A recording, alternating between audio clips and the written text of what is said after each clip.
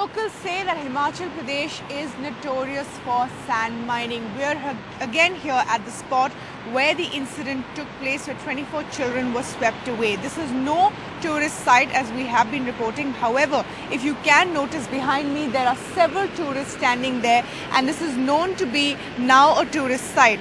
Why has this happened? Well, locals say the local sand mafia here collects the sand here from the riverbed, because of which they have made a route to the riverbed, and of course over there where you can see the police officials and also teams from the NDRF.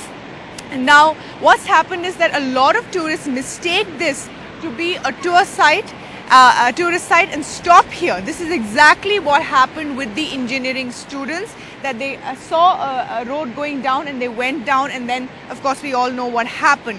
Now Veerbhadra Singh today has said that there will be strict guidelines.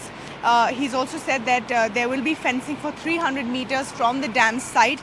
He's also said that the dam officials will have to give clear indications. There will have to be signboards and warning systems in place to ensure that tourists don't reach these spots. We also know that Chandrababu Naidu has asked for special Navy divers from the Defence Minister, and that's going to happen as well. And also the Home Minister from Telangana has indicated, well, that if systems and guidelines were already in place, maybe this would have never happened. So all in all, of course, the police source is also saying that sand mining is an aspect that they will be looking into off the record, of course, not saying anything of the sort on record at the moment, but of course indicating that it is part of their inquiry. So we are here at the site where the incident took place, and as you can see, lots and lots of tourists here as well, even today.